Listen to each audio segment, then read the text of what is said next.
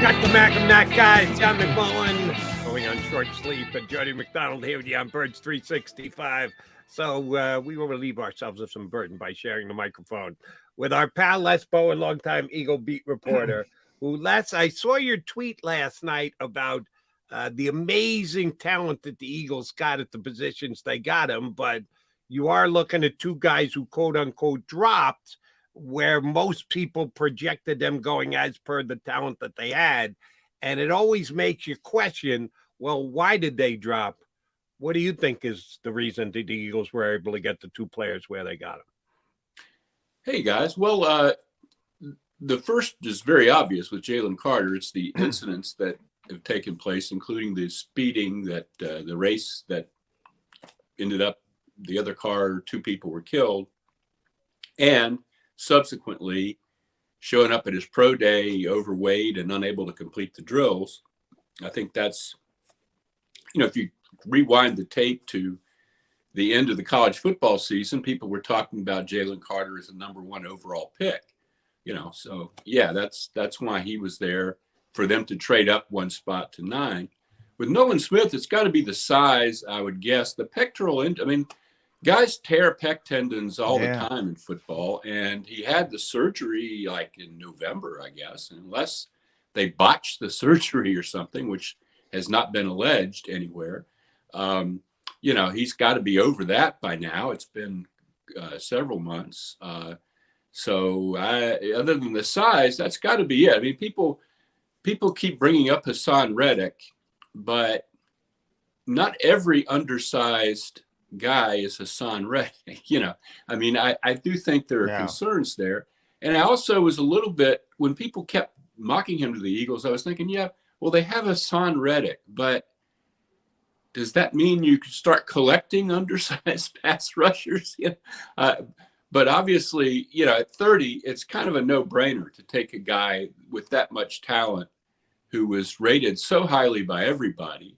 And you just have to hope that the size concerns, maybe you can put some more pounds on him. Maybe he'll be like Hassan Reddick.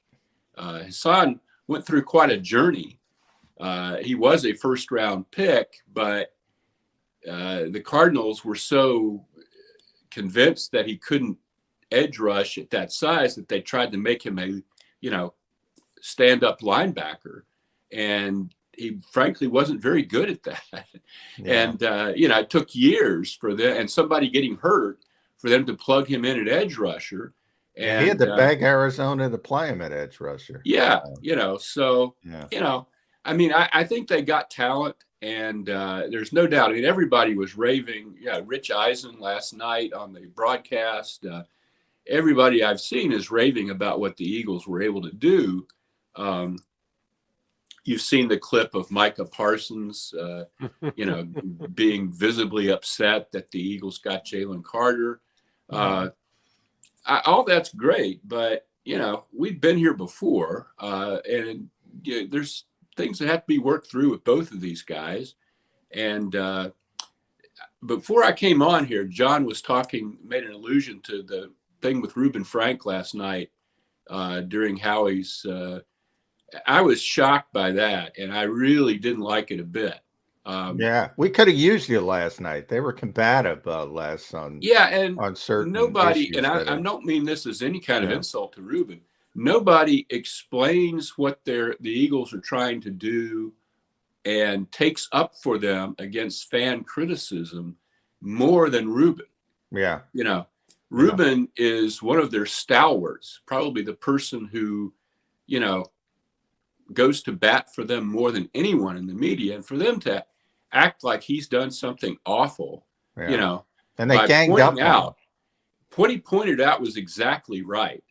And, there's plenty of time for Jalen Carter to figure this out. But first, with Melissa Stark on the broadcast I was watching, he had his answer started out with, "I don't know," when asked what he learned about the tragedy that took place in January. And then with you guys on the conference call where he's like, "Oh, he didn't ask much about that." Drew Rosenhaus is his agent. He's had 3 months to craft, and the people who work for Drew have had 3 months to craft what this guy ought to say about this.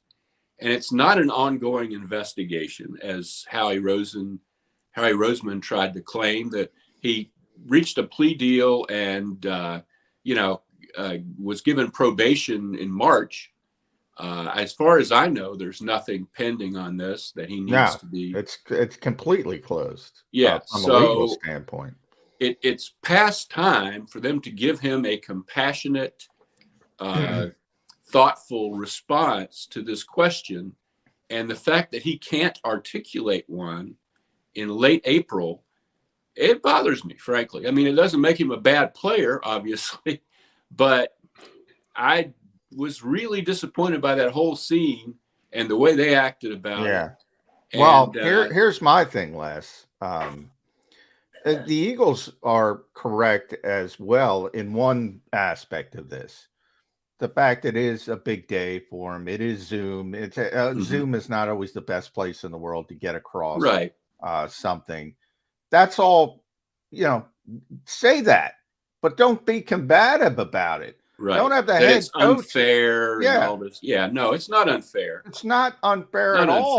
It's the only reason you were able to draft the guy. Exactly. It's the only reason he's there. Yeah. So you have the ability to draft him. It's ludicrous to even, and they knew it was coming, let's be honest. But the fact that they kind of used it and they kind of ganged up. And I mentioned to Jody about the tampering issue. Howie brushed that up and said that's an NFL thing. It was a settlement. Settlement means you settled with Arizona. Well, it means you complained. I mean, the NFL didn't start a tampering investigation out of thin air. Yeah. You told them, hey, this isn't right. Arizona talked to our guy before the Super Bowl. So that was BS as well. And it really got me. Howie went very passionately about how, this didn't affect anything Jonathan did in the Super Bowl. I still wonder, I'll tell the you, guy knew he had he was leaving in a couple hours to become the head coach of another team. That will become, over the years, Les, people will tie that in a little bow and say that's the reason the Eagles lost the Super Bowl. I don't necessarily agree with that, but I will say from the Eagles as a whole, they were such horses' asses. Like, I want to criticize them. I can't, because they did a good job at their actual, gathering the talent. But man, there's a little bit of haughtiness to this organization, and it's coming back. And maybe it's deserved, maybe it's not deserved. But it was off-putting. I'll say that. It was off-putting. But I can't criticize the guy because he did. I had them taking Nolan Smith at 10. Jimmy Kemsky collected all our mock drafts. 5 of us had the Eagles taking Nolan Smith at 10. I think there's a lot of bad GMs in this league and how he's taking advantage of them. But Jalen Carter, I mean, you brought up, we all know about the incident. Here's what concerns me, Les.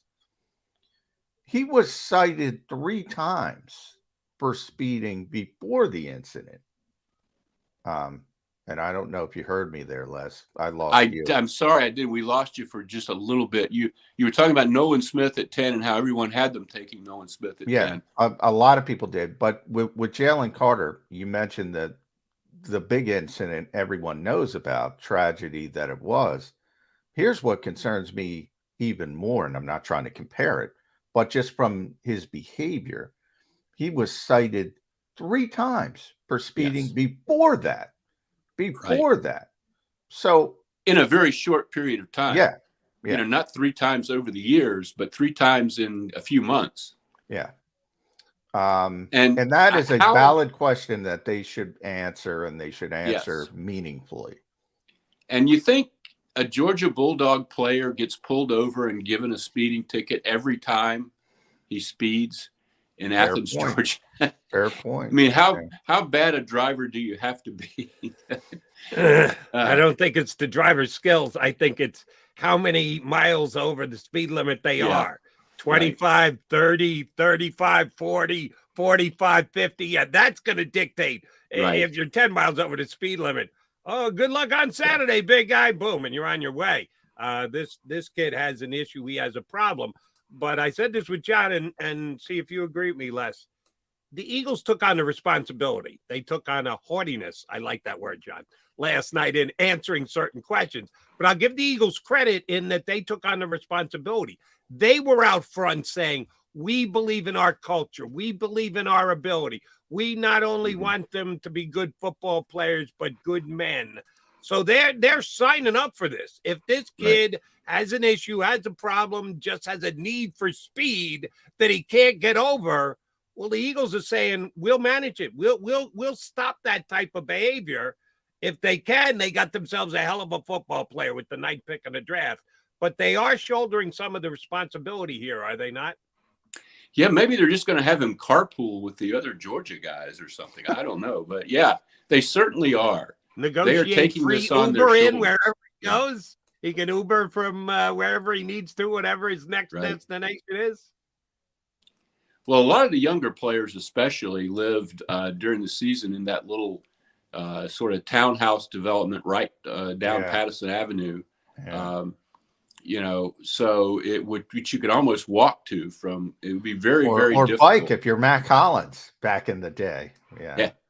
If you live there, it's going to be really, really difficult to get any kind of ticket or get in any kind of trouble. So, assuming that you're going back and forth to work most of the time and not, finding places to run a car fast. But yeah, that really stuck out to me. I just didn't think.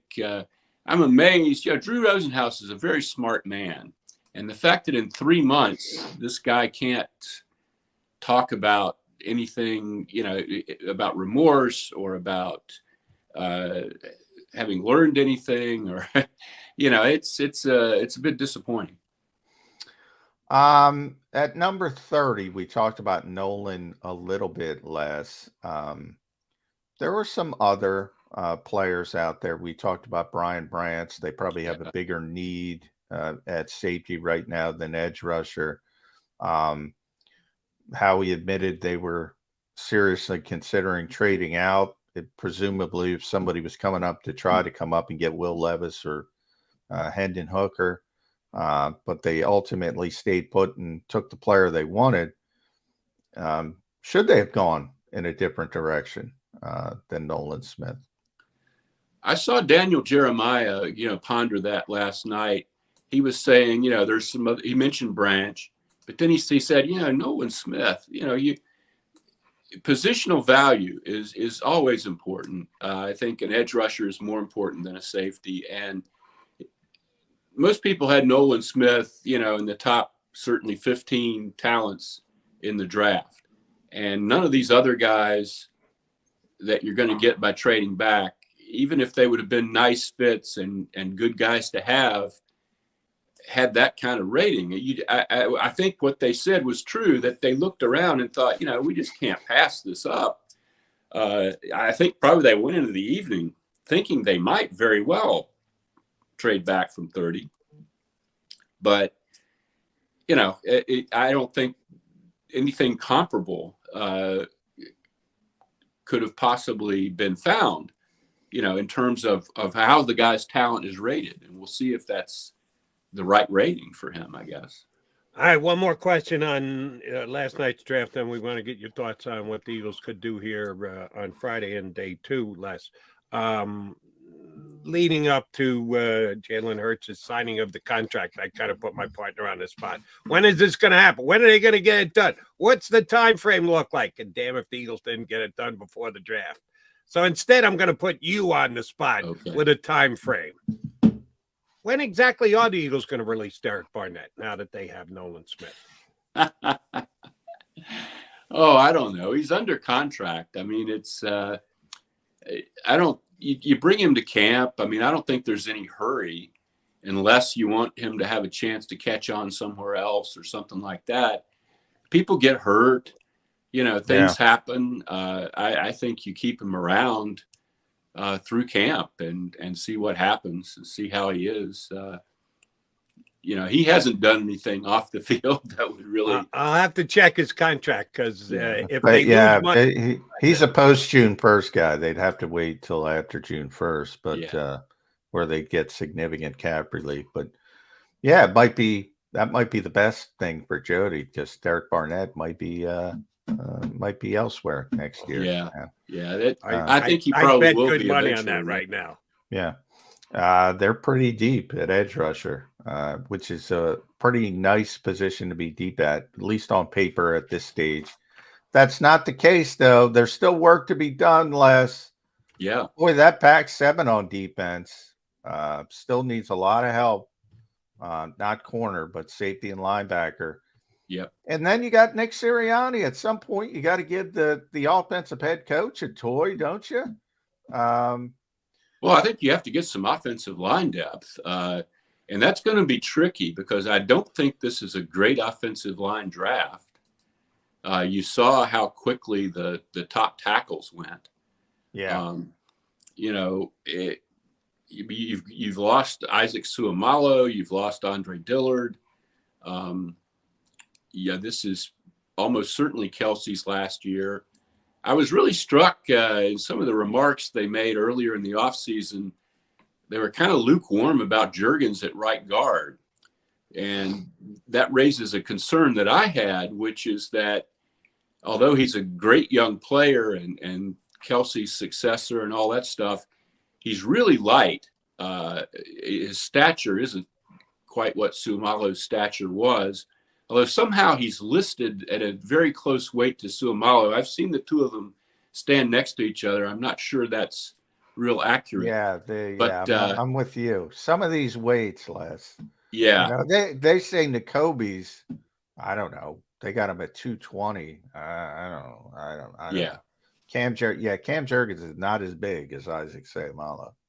So, there was a lot of thought when people were talking about the Eagles drafting Skoronski, perhaps 10th overall, that they wanted another starting right guard. So are you going to find somebody like that in the draft on day 2? I don't know. Everybody, of course, the fans all want to know about running back. Day 2, I don't know, since you didn't get any OL or safety or corner, linebacker, anything like that on day 1. I think running back might still take a back seat today, but you kind of go by your board, I guess, a little bit on that. It's not like you're drafting a punter in the 2nd or 3rd round. You get to 2nd, 3rd round, I think you have to go by who's the best player in most cases, but there's a lot of stuff that they still have to do, and they have that vast space there where they don't have any picks. Yeah. On the 3rd day, and I do expect them to do something about that. I really do. So it helps that they got to get up in the 3rd round with the tampering. So now they move basically from the back end of the 3rd round to the front end. Yes. And who knows, maybe they can manipulate those 2 picks. They pick it at the end of the 2nd round as well, and get something into the day 3, as you mentioned. But the guards are interesting because, they're still there. Osiris Torrance from Florida. Yeah. Steve Avila. A lot of people have speculated. I think Daniel Jeremiah say he was a Jeff Stoutland guy. Stout would like him. Anthony Bradford from LSU. I would not be at all something with the offensive line. Won't be sexy, but needed. All right, but let's talk sexy, John, since you did mention it. You got to throw a bone to your offensive-minded coach since you took two defensive linemen with your first 2 picks in the 1st round. And I think running back is the position. I'm a big Zach Charbonnet fan, and I hope the Eagles either he drops down to 62 or they do the just move up slightly if they need to, just like they did for Jalen Carter last night. But if they don't, if they decide they need to do other things or Charbonnet comes off the board really early in the 2nd round, let me throw a name by you, a player that they could acquire via trade. And I would suggest the amount that you'd have to give up would be next to nothing. like a certainly day 3 pick and maybe even a 7th round pick. Bring a homeboy home. DeAndre Swift is going to become the forgotten man in Detroit. They used the 17th pick in the draft to take Jahmyr Gibbs. 12th pick in the draft. Excuse me. I apologize. Let me repeat that. 12th. Underestimating the Lions' questionable choice. And they also signed Montgomery this offseason. He's going to get buried in Detroit. He rushed for 5.5 yards per carry last year. He never got the ball. How he scored 5 touchdowns, I don't know, because Jamal Williams became their inside the 5-yard line guy. Otherwise, he could have had 12 touchdowns this past year. They've completely buried that young man. It's disadvantageous in that he's on the last year of his contract. Last year of his rookie deal was a 2nd-round pick right at the top of the 2nd round, but doesn't have that 5th-year option that first-rounders do. Right. He counts like $1.1 million against the cap this year, so that fits the mode of the Eagles looking for some bargain basement type guys. He's only got 1 year to go. What could Detroit ask for him? They probably will cut him. If they trade him, at least they get something. If you're the Eagles, would you give up a 7th round pick for a player just for 1 year to upgrade your running back position? Yeah, I probably would. I actually saw a quote last night from the Lions general manager. He was asked about DeAndre Swift, and his answer was it played right into what you're saying. It was like, yeah, he's still here. He's still here. I mean, it was ringing endorsement, huh, Les? Yeah. Literally, he said something like he's still on the roster. But there again, just like with a guy sliding in the draft, I know he's going to the final year of his contract, but why are they so lukewarm on DeAndre Swift? They certainly weren't lukewarm on him when they drafted him. What's going on there exactly? I don't know. I don't have any idea. But who was that? Plus, he's local. Sometimes that works for you. Sometimes it works against you. It worked beautifully with Hassan Reddick. Right. Who was that cornerback? Remember, Kaiser White gave him a good year too. Don't forget Kaiser coming home too. Got in trouble right out in front of the Nova. Broad and Patterson, like 300 I was feet trying away. to remember his name. I don't remember the name. He was in Carolina. He came from Carolina. Daryl Worley. Right in Broad and Patterson, which is, you could throw a stone and hit the NovaCare complex. Yeah, and they got rid of him right away. It was like, that. You're right. Sometimes bringing a guy back into his home environment isn't a great thing. Sometimes it is. That Jody, that's fine with me. Assuming that DeAndre Swift has his head on right and everything, and isn't, doesn't have some kind of injury. Send Big Dom out to St. Joe's Prep and get the real deal on the kid. Yeah. And by the way, there's another reason to bring him in here. Where'd he go to school? Georgia. That would be the University of Georgia, and the Eagles are collecting those guys left, right, and center. Why not one more? Yeah. Good point. Yeah. They love Georgia players. But by the way, let's talk about Howie, Les. Really, since Jalen Reagor seems to be the demarcation line. The Eagles got too cute with that. They knew Jefferson was better, but they wanted a specific type of player. Mm-hmm. I remember them talking about stretching the field vertically and horizontally. You probably remember that. Yeah. Instead of just taking the guy, hey, he's really good. Let's just take him. He's a really good receiver. And ever since then, boy, whether it's at the top of the draft, it was Devontae Smith and Landon Dickerson. And last year's draft still to be determined, but they remain very high on Jordan Davis and Nakobe Dean and Cam Jurgens. And now we have this draft. It seems like they've simplified the process. They're not. That's a good thing. Yeah, you're absolutely right. For a long time, Howie, and it's weird for a guy like Howie who spends a lot of time in SEC territory. Last I heard, he had a place down there on the the Gulf Shore, which is where a lot of those SEC people spend their off seasons. The Eagles almost had I wouldn't say they had a prejudice against the SEC, but they didn't take the high picks from there. They looked for Pac-12 guys and, traits, like you said. And, they are going blue chip these days. There's no doubt about it. Big school, guys who really proved it in college. And I can't say I disagree with that at all. There's no more.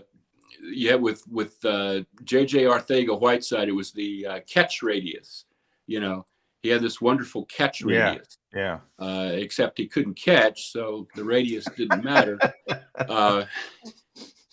They're not doing stuff like that as much, and I think that's a good thing. All right, we need to take a moment and passing in silence for Jalen Hurts. He was the highest paid player in the National Football League for less than a week. 4 days, baby. 4 days. Was that all it was? Was 4 days? Yeah. How long has Roman Reigns' title been going? Almost close to 1,000. Jalen held the belt for 4 days before he had to give it up to Lamar Jackson as the highest paid player in the National Football League. It was a hell of a run. I'm sure he's crushed. Hell of a 4 days, Jalen. Yeah. Good job out of that. But the Baltimore Ravens have to thank the Eagles. So if you're talking about negotiating a compensation like the Cardinals and the Eagles did for tampering on Jonathan Gannon, I think the Eagles should get something for getting the Jalen Hurts deal done so that Baltimore and Lamar had a basis to work off and get their deal done. Yeah, there's a lot of rhetoric going around about, look at all the money he saved not having an agent.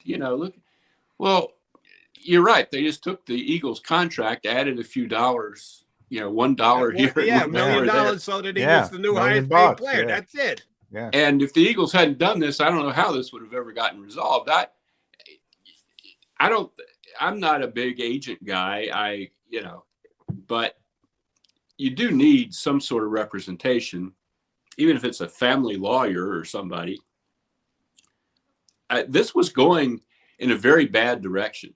When Lamar Jackson requests a trade, everybody says, they don't have to trade him, blah, blah, blah, blah, blah, blah, blah, blah. Well, he's your quarterback. You can't play with a quarterback who wants to be somewhere else. Yeah. And that's just insane. So, they can thank the Eagles for pulling their season back together, I think. This was it wasn't like, he saved all this money and everybody lives happily ever after. It was really a long-running disaster that was headed for the rocks. And I'm glad he pulled up and, did what he needed to do here. And I'm glad the Ravens were able to get this resolved. But, yeah, it's certainly that. And you'll see probably the Joe Burrow and the guy in the LA Chargers guy, Herbert. Yeah. You'll see those contracts come in pretty close to what the Eagles did as well, I bet. Yeah, I think Joe's going to end up on top. He's going to be number one for the year whenever he gets it done. And then we'll go from there. But Les, at Les Bowen, follow Les on Twitter. Longtime Eagles reporter, does a tremendous job with this team. Look, I'm going to make Joe Banner happy. He started this really. The Eagles go first. They always want to go first with these contracts. It's the right thing to do. Why do people question it? I think, like when it doesn't work out with Carson Wentz, that doesn't mean the contract was bad. I always say contract was good. The contract people did their job. Then the evaluation and coaching and all that. Then it's up to them. You hand the baton off to them. This is a good deal from the Eagles' perspective with Jalen Hurts. Agree or disagree? I agree. Joe has been critical of it from a player perspective, which he almost always is now. Yeah. Now that Joe isn't in the business, he wants to be an agent. Either that or he just hates agents so much that every deal, the guy could have gotten more money. Joe is consistent on this. I haven't seen a deal in the last couple of years that Joe didn't think the player should have gotten more money. My point with Joe, and of course Joe knows what he's doing, but this wasn't an adversarial, I'm going to get everything and leave you with nothing sort of situation. Jalen Hurts, as he articulated beautifully the other day, wants to win the Super Bowl. Yes, he wants to make a lot of money, and he is making plenty of money. He's not being taken advantage of in any way. There's no way the NFLPA or anybody else can say, oh, gosh, this guy's killing us. He took way below market. No, he got a market value contract, but he also didn't kill the Eagles in terms of, salary cap and ability to build a competitive team around him. Cousins the Eagles is what I say. He didn't milk right. Every and Jalen Hurts cent. Isn't trying to beat Jeffrey Lurie. He's trying to be a partner with Jeffrey Lurie and win a Super Bowl. And that Joe kind of goes the other way on these negotiations. Like somebody should, they have an advantage here. They should take the other side to the wall and they should nail them to the wall. No. I don't think we want that with Jalen Hurts and the Eagles. I don't think we want that atmosphere, that, attitude, that demeanor, in this relationship. And I think it was a great contract. It's one of the things the Eagles do best. And I'm not, I don't kiss their rear ends all that much. There are a lot of things they could do better, but including the facilities thing that the NFLPA did. Oh, yeah. Well, they don't have the footprint, Les. They don't have the footprints.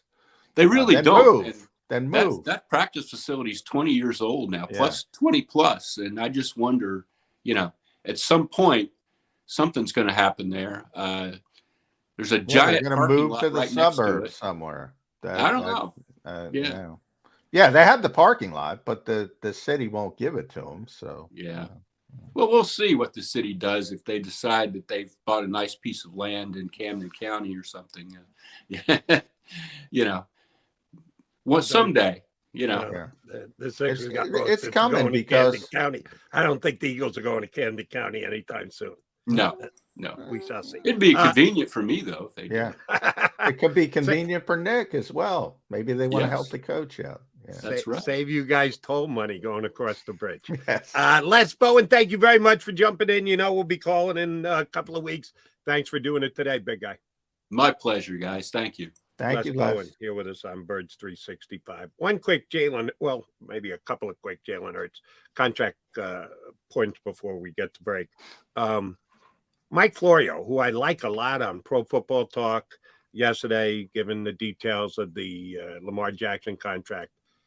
And the fact that it is that much more than Jalen Hurts' contract. And he kept going back to it about it being only a 5-year deal, whereas Jalen Hurts is a 6-year deal. Well, Jalen Hurts is still under contract from his previous deal. Yeah. Jalen Hurts isn't a 6-year contract. Yeah, they tied it in, but you and I both know, Johnny, that they left the last year of his rookie deal in place, basically added a little signing bonus money to it so they could spread it out over a longer period of time. Jalen Hurts is locked up for 6 years just because he had a year to go on his deal. Lamar Jackson had nothing left on his deal. They had to go the full 5 years. So the way he's been writing about it, just been disingenuous. I don't know if he feels he owes it to Lamar Jackson to hype up what Lamar got. Just hasn't made any sense. And his comparison between the two deals has been dumb. And I think it shows that the fact that the Lamar contract comes in as similar as it is for the 5 years of the deal. Not Jalen's first year, that's separate, but the last 5 years of Jalen's deal and the full 5 years of Lamar are so comparable. That tells you how good a deal it was done by the Eagles. It was a fair deal on both sides. They didn't get a hometown discount. They didn't have to, as you pointed out, Jalen didn't Kirk Cousins them, hold their noose to the neck and ask for every single dollar guaranteed. No, it was a great contract on both sides. They're both taking a little risk. They're both benefiting greatly. It was just a tremendous deal done by both parties. Yeah. And I think here's the problem with doing things well. It becomes a template for others. And if they're smart, they can follow it. And I think for the most part, that's what Baltimore was Yep. able to do. Other things, but really more the cap stuff. And the cap stuff has to do with when we're talking about building a team. You also got to have an owner willing to have that, to have that big balloon payment on the back end. That if things go horribly wrong, well, that's going to create some trying times for a year. It was kind of proven with Carson Wentz. It hurts, but it's only a year, and then you can get back to business. Maybe not as usual, but close to usual, and then 2 years as usual. But you have to have an owner who's willing to sign off on that, and that's not everybody. No, that is not everybody. And I would say there's 32. I would say there's more on the other side of the fence than there are on Jeffrey Lurie's side of the fence. I would absolutely agree with that. I'd say more like the top quarter of owners in the NFL. There might be 7, 8, 9, maybe 10.